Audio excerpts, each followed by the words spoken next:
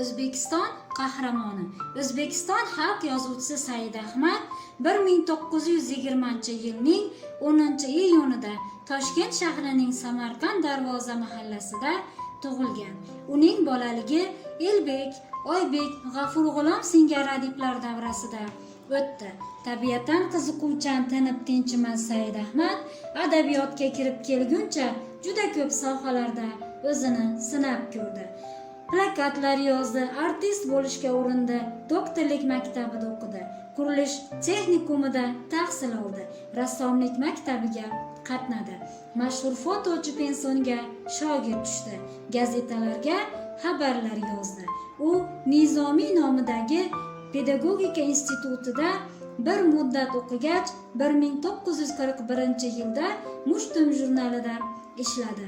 1942-1943-yillarda Respublika radiosida, 1943-1947-yillarda Qizil O'zbekiston gazetasida, 1948-1950-yillarda Sharq yulduzi jurnalida mehnat qildi.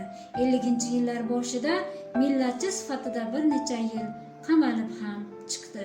Milliy istiqlol yo'lidagi xizmatlari uchun Said Ahmad 1999-yilda O'zbekiston qahramoni unvoniga sazovor bo'lgan. Adib O'zbekiston xalq yozuvchisi unvoniga, davlat mukofotiga sazovor bo'lish bilan birgalikda buyuk xizmatlari uchun do'stlik ordenlari bilan mukofotlangan.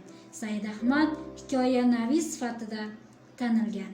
Uning o'nlab hikoyalarida sadoqat, mehr, odamgarchilik, ishonch, e'tiqod singari ma'naviy qadriyatlar ta'sirchan aks ettirilgan. Adib hikoyalarida inson ruhiyati tovlanishlarini ko'rsatishga katta e'tibor berganligi uchun ham bitganlari zavq bilan o'qiladi va u prozaning shoiri hisoblanadi. Yozuvchi hajviy hikoyalar yaratish bo'yicha qahhor an'analarini davom ettirgan ijodkordir.